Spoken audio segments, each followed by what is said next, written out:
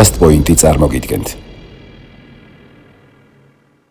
ყველას ისტორიას ველოდებოდი შენ გარდა. მეც არ ველოდებოდი რომ ვიპოვიდი. გააჩინა პირველ სამშობიაროში პირველი შვილი, მესამე დღეს უთხრეს რომ გარდაიცვალა. არ ჯეროდა რომ გარდაცვლილი. როგორ გამოჩნდა მარიკა? გვიგდებს ფოტოს რომ ნახეო დედა თქვენს როგორ გავსო. ანუ ეს ფოტო დევს ჩვენ ჯგუფში, ვეძებ და მარიკა ეძებს ბიოლოგიურ ოჯახს, ხო? როგორ დაიწყეთ დაძმური ურთიერთობა? ცებ გავხდით დაძმანი რა და აი ესე მგონია რომ სამნი გავიზარდეთ ერთად რა. 48-7 წლის ვიყავი რომ ვიპოვეთ მარიკა, ხო? ამდენი წელი ერთმანეთად გავატარეთ. ნეტა დედა მოსწრებოდა ამ ყველაფერს. აი დედა რომ მოსწრებოდა, ან მამა მაინც ძალიან კაი იქნებოდა. 47 წლის მერე ვიპოვე და არ არის ყველაფერი დაკარგული რა და მაგიტომ მოვედი ზუსტად რომ მინდა რომ ხალხმა გაიგოს ეს რომ ანუ აი შეიძლება 50 წლის მერე იპოვო შენიდან მამიშვილი. სამივე გავიზარდეთ ნახალოვკაში. ხო. თითქმის გვერდი ქუჩაზე. აი ხო შეიძლებოდა რომ რაღაცა პონჩი გადავკვეთილიყავით. კვირას 21 საათზე ჩვენი პოდკასტიდან გაიგებთ ჩემი კოლეგის გიორგი შეძირულის ისტორიას, რომელიც ჩვენი ჯგუფის დახმარებით გაიხსნა.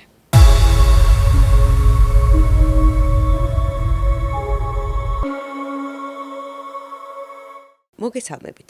თქვენ უყურებთ პოდკასტ ვეძებ. დღევანდელი ჩვენი პოდკასტი არის ნათელი მაგალითი იმისი, რომ ჯგუფ ვეძებში შეუძლებელიც კი შესაძლებელი ხდება. თუმცა სანამ სტუმარს წარგიდგენთ, მანამდე გეტყვით, რომ ჩვენი პოდკასტის სპონსორია ირინი თრეველი, რომელიც საბერძნეთში მყოფ ემიგრანტებს თავაზობს სახლიდან გაუსროლად ამანათის გაგზავნას საქართველოს ნებისმიერ წერტილში, უფასო საკურიერო მომსახურების მეშვეობით. ირინი თრეველი გთავაზობთ სწრაფ და უსაფრთხო გადაზიდვებს. ამისთვის უნდა დაუკავშირდეთ მითითებულ ნომერზე. ჩვენი დღევანდელი სტუმარია ჩემი კოლეგა, ოპერატორი გიორგი შეძირული. მოგესალმები. ძალიან დიდი მადლობა რომ მოხვედი ჩვენთან სტუმრად და დღეს გადმოინაცვლე და კამერის წინ ხარ. ყველას ისტორიას ველოდებოდი შენ გარდა. მეც არ ველოდებოდი რომ ვიპოვიდი. ქუჩაში შევხვდით ერთმანეთს სრულიად შემთხვევით და უცებ მეუბნება რომ მე შენ მოგწერე მე დავიპოვეო. და როგორ იპოვე? ანუ სად იყო? ხო და რა ხდება? თავიდან დავიწყოთ, სანამ პოვნამდე მივალთ. ხო, რაღაც მგონია, ახლა ხშირად ვადევნებ შენს გადაცემას. თვალსა, რაღაც მგონია რომ ჩვენი ისტორიაც სტანდარტულად დაიწყო რა. ჩვეულებრივად, ანუ 74 წელს დედამ გააჩინა პირველ სამშობიაროში ნახალოვკაში. პირველი ბავშვი, ხო, საკმაოდ ესეთ გვიან ასაკში გათხოვდა დედა და გააჩინა პირველ სამშობიაროში პირველი შვილი და მესამე დღეს უთხრეს რომ გარდაიცვალა. ნუ სტანდარტული. ხო, მე ანუ დედასგან მაქვს ეს ინფორმაცია რა, რომ 4 შაბათს გავაჩინეო, 5 შაბათი პარასკევი ვაჭმევდიო, 4 შაბათს ჩამომიყვანესო ნახეო ბავშვიო, 5 შაბათსაც ვაჭამეო. პარასკევს საღამოს მითხრესო რომ ბავშვი უეცრად გარდაიცვალაო. აი ისეთი მოულოდნელი იყო ეხლა რომ რაღაც თავიდან რომ ეთქვათო რომ ცუდად არის, რაღაცა გართულებული მშობიარობა რა. დავიჯერებდიო, მაგრამ არაფერიო, ჩვეულებრივი სახსალამათი დიდი ბავშვი იყო ესეთი. რითი გარდაიცვალა? არ უთხრეს არაფერი. არაფერი არ უთხრეს. ეხლა თან იმ მომენტში უცებო შოკში ვიყავიო, რაღაცა პანიკა და ანუ რომ მოვიკითხეო მე ამბავი რომ ანუ რითი გარდაიცვალა. აი ესე უეცარი სიკვდილი დადგაო. შაბათი კვირა მოდისო და ვერ გავაკეთებთო ექსპერტიზასო, ამიტომ უნდა დავგრძალოთო. აი ეს იყო ამბავი. ანუ ის რაც მე გამოისტუმრეს სამშობიაროდ. აი მთელი ბავშვობა, ხო? რაღაცნაირად აი ესე შეგნებულად არ ვიცი გვინერგავდა თუ არ გვინერგავდა, მაგრამ არ ჯეროდა რომ გარდაცვლილი იყო. აი ვერ იჯერებდა რა. თქვენ მოგიყვათ ამის შესახებ? ცირა მე აი ეს მომიყვა ზუსტად რაც ბავშვობიდანვე. ხო, პატარაობიდანვე რა, უკვე როცა შეიძლებოდა იმ ასაკში ვიყავით, რომ შეიძლებოდა ჩვენთვის ეთქვა, რომ ჩვენ უფროსი დაგვყავს და გარდაიცვალა მითხრესო სამშობიაროში, გვითხრა კი. მე ვკითხე კიდევაც, რომ რომელ თვეს დაიბადა მეთქი მაინტერესებს და რაღაცნაირად ის მეწყინასავით ჩემი ძმის დაბადების თვეს დაემთხვა რა ირაკლი ივლისშია დაბადებული და მარიკაც ივლისშია დაბადებული. და ანუ ამაზე ესე ვლაპარაკობდით კი რავი არ იყო ეს რაღაც სახში დახურული თემა გარდაიცვალა მაგრამ აი შვილიშვილს რო ეფერებოდა სულ იძახდა ხოლმე რომ აი ეს ბავშვი არ უნდა მომკვდარიყო არ არის ის ბავშვი გარდაცვლილი არ არის ის ბავშვი გარდაცვლილი ამას იძახდა და მაშინ არ დაუწყიათ გამოძიება ოფიციალურად გამოძიება არაფერზე არ დაწყებულა მაგრამ დედა იყო რამოდენიმეჯერ ვიცი ზუსტადაც ეგ სამშობიაროში და გამოისტუმრეს იმითი რომ არქივი დაიწვაო და არანაირი მონაცემები აღარ აქვს მე უკვე ზრდასრულ კი არა და დიდები ვიყავით მე და ჩემი ძმა ჩვენც მოვიკითხეთ სამშობიაროშიც ვიკითხეთ ეგ ამბავი და ნუ იქაც იგივე გითხეს რომ დაიწვა არქივი და არაფერი ინფორმაცია არ აქვს არც გაშვილებაზე არც მშობიარობაზე და არაფერს დედას რატომ შეეროდა რომ ცოცხალი იყო არ ვიცი მართლა არ ვიცი გრძნობდა აი ხო გრძნობდა აი წეგანს ხო გეუბნები ხო იყო სკოლაში ხა ჩემთან იყო სკოლაში ეგ რაღაცას გააფუჭებდი თუ და არა ყავდა დასიფიცებოდი თუ ძმა არა ყავდა ძმას მე ვერ ვიფიცებოდი დას რა ვერ ვიფიცებოდი იმიტომ რომ აი შინაგანად ეგრე გქონდა გამჯდარი რომ ცოცხალია ის ბავშვი რა აი ნუ მეც რაღაცა ან დედის დამოკიდებულება ამ გოგოს მიმართ შვილის მიმართ ჩემზეც გადმოვიდა და მეც რაღაცა ისე ვიყავი რომ არ იყო გარდაცვლილი მე რო ატყდა ეს ამბავი რომ ან გაშვილება ხმაური რო ატყდა ამ ამბავზე მერეც ვკითხე მერეც იყო ამაზე ლაპარაკი სახში ყოველ შემთხვევაში ჩემზე დედა შორის და იქ უფრო გაგვიღრმავდა ეჭვი იმისი რომ გაშვილებული იყო იმიტომ რომ სქემა დაემთხვა 4 შაბათს დაბადებული 5 შაბათი პარასკევს საღამოს უთხრეს რომ გარდაიცვალა შაბათ-კვირას არ მუშაობს ექსპერტიზა და დაგძალეთ როგორ გამოჩნდა მარიკა თქვენ ცხოვრებაში ხო არა მარიკა საინტერესოდ გამოჩნდა მქონდა რამოდენჯერ ცდილობა იმისი რომ სადღაც რაღაც თუნდაც პროფილში გიორგი იყო პროფილის ოპერატორი აქვე. ხო, და მაიასაც ქონდა ეგ სურვილი რა, მითხრა რამოდენჯერ და მე ვუთხარი ხა რა მოუყვე ხა რომ დაიბადა პირველ სამშობიაროში და მერე არაფერი. არ მაქვს არაფერი ხელმოსაჭრელი. რამე მაინც რო ვიცოდე მე ვუთხარი ან გვარი ან რაღაცა. ნუ მოკლედ არ დავჯექით ეთერში და იგივე ისტორია აქვს ჩემ ბიძაშვილს, დაძმასავითა ვარ ჩვენ გაზრდილები რა, ერთად გავიზარდეთ და ერთ დღესაც ის ვის ეძებს? ისე შვილს ეძებს დას. ჩემი ბიძაშვილი ეძებს თავისშვილს. თავისშვილს. ხო, პირველი ბიჭი ყავდა იმასაც და იმის სქემაც ესე ემთხვევა ზუსტად. მეც კი ვარ იქ სამშობიაროში რო გააჩინა ნამყოფი და მახსოვს მამამისის ამ ბავშვის მამის რეაქცია რომ ყველაზე დიდიო ჩვენი შვილია და ამას პარასკევს უთხრეს რომ გარდაიცვალა. მოკლედ ნინო ეძებს თავის შვილს. და ერთ დღესაც მე და ირაკლის ჩემ ძმას გვიგდებს ფოტოს რომ ნახეო დედა თქვენს როგორ გავსვან მამიდაჩემს. ნუ შევხედეთ გავს. ანუ ეს ფოტო დევს ჩვენ ჯგუფში, ეძებს და მარიკა ეძებს ბიოლოგიურ ოჯახს, ხო. და იმდენად გავდა დედას, რომ სანათესაოს ეჭვი გაუჩნდა, რომ ეს სისხლ არ არის. ნინოს გაუჩნდა ეს ეჭვი, რომ ეს სისხლ არ არის, იმიტომ რომ მე რო დავაკვირდით, შეიძლება ესე სურათი აჩვენო ვიღაცა უცხოს, მაგრამ ვერ მიამსგავს, მაგრამ ხა დედა რო არის და მე რო მარიკას ველაპარაკები, გინდაც ესე პირისპირ კომპიუტერში მგონია რომ დაპატარებული დედა ჩემი მელაპარაკება რა. იმდენად გავს მანერები, მიმიკა, ხელის აი ყველაფერი. მოკლედ ამ სურათით დედას მიამსგავსა ნინომ და ჩაგვიგდო ეს სურათი.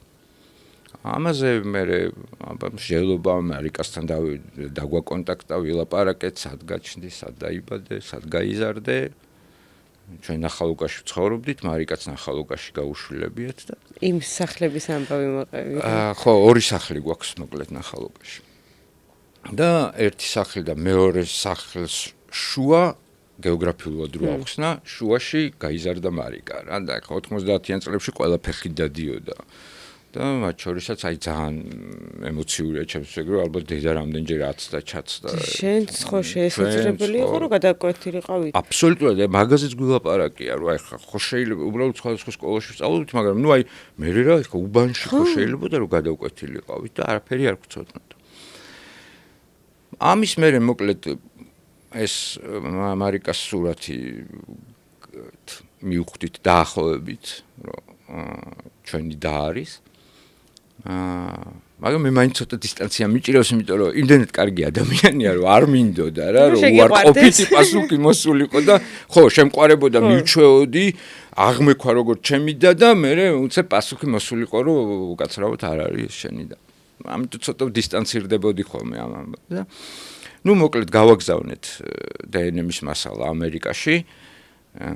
ჩემმა ძმამ ძალიან იწვალა ამ ამბავზე, რომ ანუ მიგვეყო პასუხი და ერთ დღესაც ირაკლი მოდის ჩემთან სახლში და მეუბნება დაასხი ვისკიო. რა ხდება მეთქი ხა ეს ხშირად მოდის ხოლმე, მაგრამ ეს ქუჩიდან რო ეყვიროს არ ყოფილა ეგ. დაასხი ვისკიო, მიყვირის ქუჩიდან. ფურცლებით დავინახე რომ გადმოვიდა რა და დავასხი ვისკი. დავასხი. მივხვდი ფურცლებით გადმოვიდა, ჩემს უცხარი ხათნა მეთქი, მე მგონი მარიკას პასუხი მოვიდა თქო. და ხან ფურცლები ირაკლი დაასხი ვისკი. გასაგებია ყველაფერი. ხო. ეხლა მარიკას მხრიდან რომ მოყვეთ, მარიკა სამწუხაროდ არ არის საქართველოში და ამიტომ ვერ მოვახერხეთ მასთან გასაუბრება. მარიკამ რა იცოდა საკუთარი თავის შესახებ და როგორ მოხდა ბიოლოგიური მშობლების ძებნის დაწყება? ხო, მარიკა დაახლოებით როგორც მარიკას მოყოლილა მახსოვს, ნუ არ აქვს არსებითი მნიშვნელობა იმას 12 წლის იყო დაახლოებით, როცა გაიგო. და გაიგო ისე როგორც იგებენ ხოლმე, ვიღაცამ ყური მოკრა, რომ თქვა, რომ ეს ნაშვილები არისო, ცოტა მეტი კამფეტი მიეციოთ რაღაცა. ცოდუაო ეს. ხო, ცოდუაო ეს ნაშვილები. ეს დამოკიდებულება ნაშვილები გვაქვს იცოდო.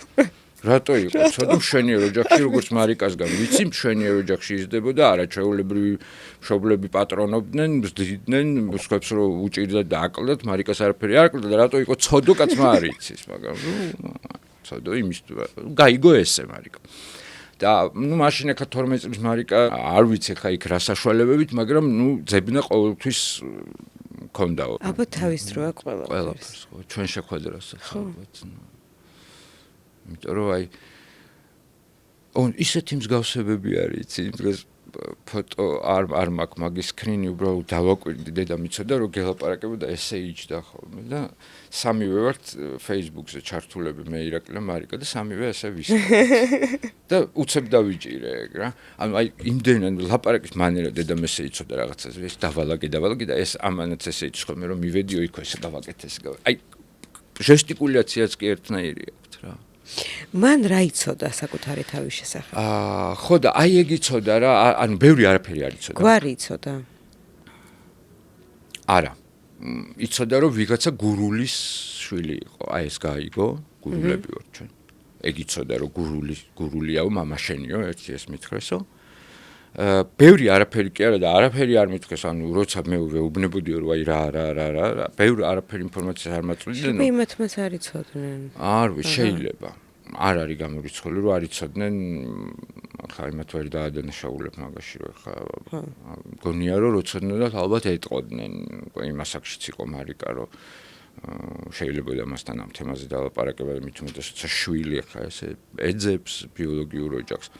მგონია რომ ალბათ არ იცოდნენ არაფერი რა. ერთადერთი ის უთხრეს რომ გაჩერებაზეო შევხვდითო შენს ბიოლოგიურ მამასო, მან გითხრა რომ არ შემიძლიაო ახლა ჩემი ბავშვი გვეყოლაო და არ შეგვიძლია ახლა მისი გასდაო და ხო არ გინდათო და ესე ანუ აი ეს ინფორმაცია მეტი არაფერი მარიკამ არ იცოდა. როგორ დაიწყეთ დაძმური ურთიერთობა? ანუ ქონდათ ეს გაუცხოების? აი რატო არ ვიცი ვიძახი მაგას რომ არა. აი მარიკამ თქვა რომ ეს იყო ბოლო ცდაო რა. ბეძებში რომ დავდეო ინფორმაციაო და ვთქვიო ჩემს თავს უთხარიო რომ აი ახლა ვწდი და დავანებებ თავს, იმიტომ რომ ნუ ამდენი წელი ვერ ვიპოვე, ესე იგი ნუ ვერ ვპოულობ და დამთავრდა. არ გქონდა ეს გაუცხოება. აი მართლა პირდაპირ დაცმა გახდა. ხო, აი ესე მგონია, ახლაც ესე მგონია. რომ ერთად გავიზარდეთ.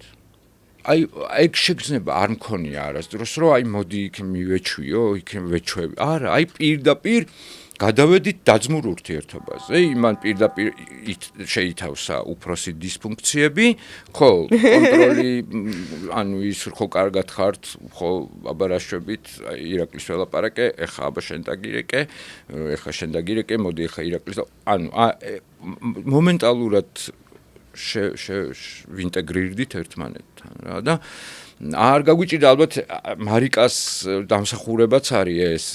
არა, მარტო მარიკასი არ იქნება. ეს ანუ თქვენგანაც რომ არ ყოფილიყო ეს დამოკიდებულება, მარტო ერთი ადამიანი ვერ მოახერხებდა. არა, ვერ იზამდა, ხო, მაგრამ ანუ მანაც შეგვიწყო ხელი ამაში, ხო, რომ აი უცებ გავხდით დაძმანი რა და აი ესე მგონია რომ სამნი გავიზარდეთ ერთად რა. ძალიან მაგარია. მიუხედავად იმისა, რომ აი ამდენი წელი ხო 48-7 წლის ვიყავი რომ ვიპოვეთ მარიკა ხო ამდენი წელი ერთმანეთად გავატარეთ მაგრამ აი მე არ მაქვს ეგ შეგრძნება რომ ამდენი წელი ერთმანეთად ვიყავით მარიკა საფრანგეთში იყო როდესაც ანალიზი გაიკეთეთ თქვენ ანუ პირადად არ შეხვედრი ხარ მაშინ არა მე ჩამოვიდა კი არა მე ჩამოვიდა ერთად ვიყავით შეხვედრა როგორი იცი რა ჩემი ძმა ამერიკაში ცხოვრობდა ბევრი წელი მიდიოდა მოდიოდა ბიურო იყო იქ აი ეგეთ შეგრძნება მქონდა ირაკლის როგორც ხვდებოდი ხოლმე ამდენი წლის განმავლობაში რომ ამერიკაში მიდიოდა მოდიოდა და ხვდებოდი აეროპორტში ანუ დაკარგული და კი არ აი ჩემს დას დავხვდი რომელიც საფრანგეთიდან ჩამოდიოდა ემოცია მქონდა თავისთავად ოღონდ ის არა რომ დაკარგული და ვიპოვე მონატრებული აი ძალიან მონატრებული და ვიპოვე რომელიც დიდი ხანი არ მყავდა ნანახი მარიკას მშობლები ცოცხლები არიან? არა. არჩემები არ არიან, ძალიან მინდოდა რომ მოსწრებოდ. შენები ვერ მოესწრენ. მამიდა მოესწრო, ეხლა ცოცხალია, ჯამშთელია. და მამიდასთანაც აი ისეთი ურთიერთობა აქვს, ჩვეულებრივი, მამიდა ჩემსაც ანალოგიურად ჩვეულებრივი ურთიერთობა აქვს. აი ხო გეუბნები არ გვაქვს მარიკამდელი ეპოქა და მარიკას მერე ხო ხალხის ცოტა უცნაური გასაგებია ეს ვინც ჩვენ მდგომარეობაში არ არის იმათვის გაუგებარია როგორ შეიძლება რომ აი ესე უცებ ახლა მეც ხო ყვებოდი ახლა ჩემ ძმა ჯერ ჩემმა ძმამ გაიგო ჩემი არსებობა და მე ჩემ ადამიან პირდა ეგრევე ძმა გახდა რა ტიპი არა ის რო არ ყოფილიყო ეგეთი მე მარტო ვერაფერს ვერ ვიზამდი ანუ ის რო არ დამხვედროდა ესე ხელგაშლილად მე ვერაფერს ვერ ხო არა ეს ორივე მხარის დამსახურება ხა ცალკე ერთი მარიკამ რაც არ უნდა ექნა მარიკას ხა ვერ იზამდა ამას რომ დაძმა დაგვექვა მაგრამ აი შენ რასაც ამბობდა შენც გქონია ხო ესე იგი ეგ შეგდება ანუ ჩემი და ანუ ჩვეულებრივი და რა აი ეგ მაქვს ხო აი ისიც კი არა მაქვს რომ აი დაუშვეთ ორი კვირა არ დამირეკია და უნდა დაურეკო იმიტომ რომ ახალი ნაპოვნი და არა ხო არც მე რა ჩემს მასაც არ урეკავ ხან ორი კვირა და რა მოხდა მე ხა რა დამირეკე შენ ბოლო ხო მე თუ არ გირეკო შენ დამირეკე კი მირეკავს მაგრამ იდეაში ვიდა არა მაქვს ის რომ აი ახალი ნაპოვნი და მოდი ყოველდღე უნდა ურეკო მარიკას იმიტომ რომ ახალი ნაპოვნი არა მაქვს ეგ არ დაგირეკავ ორი კვირა და ორი კვირის მერე დაგირეკავ მოგიკითხავ ოღონდ სულ ფიქრობ ეგ ფიქრი სულ მაქვს რომ აი მიხარია რომ ყავს და რა ძალიან მიხარია აი ძალიან ბედნიერი ნეტა დედა მოსწრებოდა ამ ყველა აი დედა რომ მოსწრებოდა ან მამა მაინც მამა ცოტა მოგვიანებით გარდაიცვალა ვიდრე დედა ძალიან კაი იქნებოდა რა იმიტომ რომ არ ვიყავით მაინც სუბუქი ბავშვები მე და ჩემი ძმა სკოლის ასაკში და სულ უნდა რომ გოგო ყოლოდა შვილი სულ გვეუბნებოდა მაგრამ სულ გოგო მაინც ყავდა ერთი ხო არა ძალიან მინდოდა აი დედა რომ მოსწრებოდა იმიტომ რომ თვითონაც ისე უნდოდა მართლა უნდოდა გოგო შვილი რომ აი რომ იცოდა რომ ცოცხალი იყო კიდე ხო ამიტომ ყველამ უნდა იცოდეს იმას მაგიტომ მოვედი აი ხა აბა აი რატომ მოხვედი აი მაგიტომ მოვედი ცალსახად მოვედი მაგიტომ რომ ჩემ ძმასა და ჩემ დასაც რომ უთხარი რომ უნდა წავიდეთ ხო გადაცემაში როცა შევხვდით სამივეს რეაქცია ეგ იყო რა აი თითქოს ერთხმად თქვით რომ ხო უნდა წახვიდე იმიტომ რომ ხალხს მივცეთ იმედი რომ არ არის ყველა 47 წლის მერე ვიპოვე და არ არის ყველაფერი დაკარგული რა და მაგიტომ მოვედი ზუსტად რომ მინდა რომ ხალხმა გაიგოს ეს რომ ანუ აი შეიძლება 50 წლის მერე იპოვა შენი დედმამიშვილი და გქონდეს ისეთი ურთიერთობა, როგორიც უნდა გქონდეს დედმამიშვილთან ურთიერთობა და არ იყოს ის ზღვარი, არ გქონდეს ის რაღაცა პაუზა შეგრძნება, რომ ამდენი წელი არ იყავით ერთად. საერთოდ არ გვაქვს ეგ შეგრძნება, რა ჩვეულებრივი დაძმულ ურთიერთობა შეიძლება 50 წლის მერეც გააგრძელოს. და გარდა ამისა, გარდა იმის, რომ უნდა გქონდეს არ უნდა დაკარგოს, ასევე ძალიან მნიშვნელოვანია, რომ მოუწოდოთ ყველას მშობელს რა, რომ უთხრან სიმართლე. უნდა უთხრან, ხო. კი, აუცილებელია, უნდა უთხრან რა, როცა აყვანილი კავშირი იმის ინფორმირება, რომ აყვანილია, იმიტომ რომ წეგან თქვით კიდევაც, რომ სამივე გავიზარდეთ ნახალოვკაში. ხო. თითქმის გვერდ-გვერდ ქუჩაზე. ხო შეიძლებოდა რომ რაღაცა პონჩი გადავკვეთილიყავით და მართლა გადარჩენილები ვართ მაგამოს, იმიტომ რომ ვიცი ხომ ჩემი ცოლი ჩემი უბნელია. ორი ქუჩის იქით ცხოვრობს. ხათუნა ორი ქუჩით ქვემო ცხოვრობს, მარიკა ცხოვრობდა ორი ქუჩით გვერდზე. ხო შეიძლება, ამიტომ არის რა აუცილებელი ინფორმირება რა, როგორც კი ბავშვი წამოიზრდება და უკვე ამის აღქმის უნარი ექნება, ყველა მშობელმა უნდა უთხრას რა, ვალდებულება. გვარი მაინც რო უთხრას რა, შეიძლება ეს პირდაპირ არ უთხრას, რა ის არის შენი მშობელი, მაგრამ ყოველ შემთხვევაში ინფორმაცია რომ ვინ არიან შენი დედმამიშვილები, ხო აუცილებლად უნდა იცოდეს ადამიანმა რა. კი, აუცილებელია. იმიტომ რომ შეიძლება თქვა დაძმა არ გადაეკეთოს და დაძმისშვილები. ანუ არ არის საქართველოს ხა იმ ხელა რომ ინცესტის არ გვეშინოდეს. ხო, არა, ხო, რა ვიცი მე, ცოლები ხო ჩამოყავთ სხვა რეგიონიდან, იქიდან ხა და ყველა ვარიანტი შეიძლება რომ რაღაცა დედმამიშვილების კვეთაც მოხდეს, ამიტომ მართლა აუცილებელია რომ უნდა უთხრან თავიანთ შვილებს. ხო, მინიმუმ გვარი რა, მინიმუმ გვარი მაინც უთხრან, რომ იმ რაღაცა დისტანცია და სიფრთხილე გამოიჩინონ რა. და გარდა ამისა, ეხა დედმამიშვილი ძალიან დიდი ძალაა. სხვანაირად დიდარი ხარ. სამ ბიჭებისთვის და უფროსი? უფროსი? ხო. ძალიან. ხო, ხელა დისტანცია არის საფრანგეთში, მე საქართველოში. იცი როგორ გძნობ? მართლა. დედის ფუნქცია შეითავსა? იცი რა. როგორც უფროსიდები პატრონობენ, კი, უვლიან, ზრდიან. მაგას ეგრევე აიღო თავის თავზე ეს უფროსიდის ფუნქცია რა. მაგან უფრო გვიშველა მე მგონი რა, იმაში რომ ესე ვინტეგრირდით ერთმანეთთან რა. ხო, მზრუნველობა, ყურადღება, ბავშვები რა შვებიან, როგორ არიან, ის ხო კარგად ხართ, ჭამეთ, ძალიან. საფრანგეთში როგორ მოხდა? მაგით. მოყევია ესეც. საფრანგეთში, ხო, მარიკა, ეძებდა თავის ბიოლოგიურ მშობლებს და ერთ-ერთმა ქალბატონმა გამოთქვა, ეჭვი, რომ ის შეიძლებოდა მისი შვილი ყოფილიყო. ჩავიდა საფრანგეთში. და ისთვის? ანალიზი რო გაეკეთებინათ, უნდა გაეკეთებინათ დნმ-ის ანალიზი და ამისთვის ჩავიდა ის, მგონი ვერ ჩამოდიოდა ასაკის გამო თუ რა, არ ვიცი ხა ეგ დეტალები და ეს ჩავიდა საფრანგეთში და გაიკეთეს დნმ-ის ანალიზი, მოვიდა უარყოფითი პასუხი, არ აღმოჩნდნენ მოკლედ. და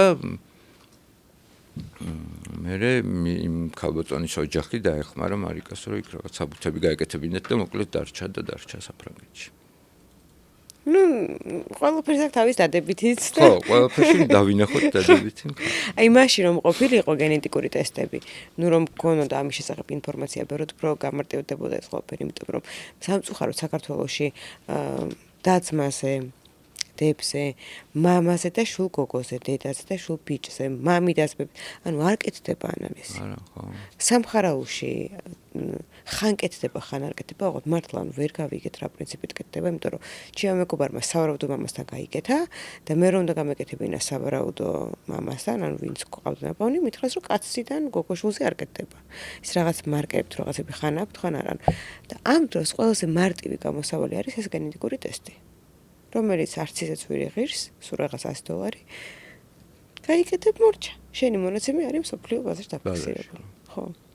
ხო, აი რო ყოფილიყო ხო ბევრად უფრო გამარტივდებოდა ცხადია, ხო, იმიტომ რომ მე კიდევ ვამბობ, რომ ალბათ ნუ ესე იყო საჭირო, რომ ესე მომხდარიყო, ჩემი ძმა იმ პერიოდშიც ამერიკაში იყო და ანუ აი ამ ყველაფერმა ხელი შეგვიწყო იმაში, რომ დავისთავად. ხო, თან ჩემი ძმა არ ვიცი, რატო იყო ესე ძალიან ჩართული იყო. ძალიან იყო, ხო, აი ძალიან მონდომებული იყო და ძალიან დარწმუნებული იყო.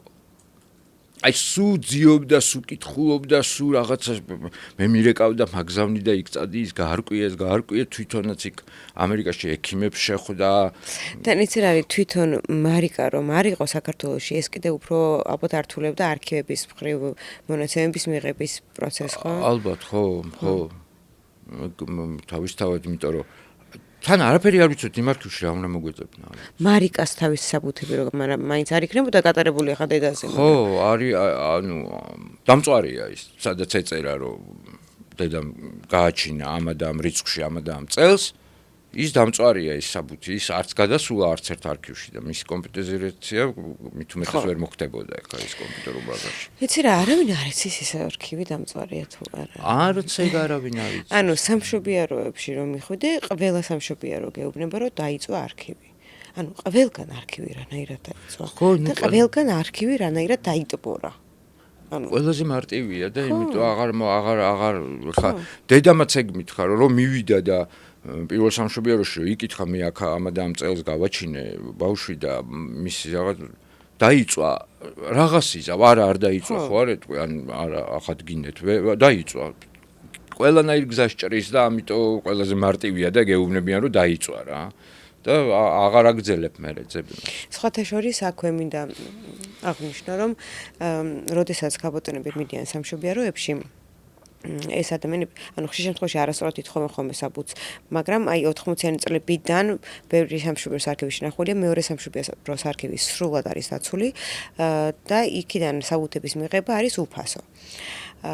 წერ სიმართლის ეგნის ამ მონაწერის შესახებ მოთხოვნას და გაძლევენ. ერთადერთი სამშობიარო რომელიც გასცემს საბუთს და ითხოვს 50 ლარს არის ჩაჩავას სამშობიარო. ანუ არ ვიცი რა. ანუ ყველა სამშობიაროში ეს საბუთი არის უფასო. ანუ იმ ადგილას, სადაც ამ ქალებზე თავის დროზე ფული გააკეთეს და ამ ქალების შვილებზე ხელი მოითბეს, დღეს ხდება საბუთების გაცემით ხელის მოთხოვნა.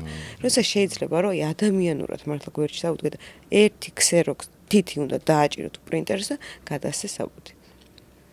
მაგრამ ნუ ეგ არის რეალობა. ხო, ერთხელ დავწერე სტატუსს და გამოანწყა ჩაჩავას ერთ-ერთმა თანამშრომელმა და ეხაც ვიცი რომ გამოვანწყები, მაგრამ არა უშავს. ძალიან დიდი მადლობა შესტუმრობისთვის. შენი ისტორია ძალიან ბევრი ადამიანის იქნება მაგალითი და მარიკას მოკითხვა აქედან დიდი სიყვარულით. მე მინდა რომ კიდევ ერთხელ მივმართო ყველა ამყარ მშობელს რომ მესმის რომ გინდა თქვენი შვილის დაცვა რაღაცა მძიმე ემოციებისგან, მაგრამ იმხელა რისკის წინაშე ვდგავართ გაშულებული ბავშვები, რომ არასდროს არ ვიცით, როდის გადავაწყდებით ჩვენ ბიოლოგიურ ნათესავს. ასე რომ ძალიან ვთხოვთ უთხარით თქვენ შვილების სიმართლე. მადლობა შესტუმრობისთვის. ნახვამდის. დროებით.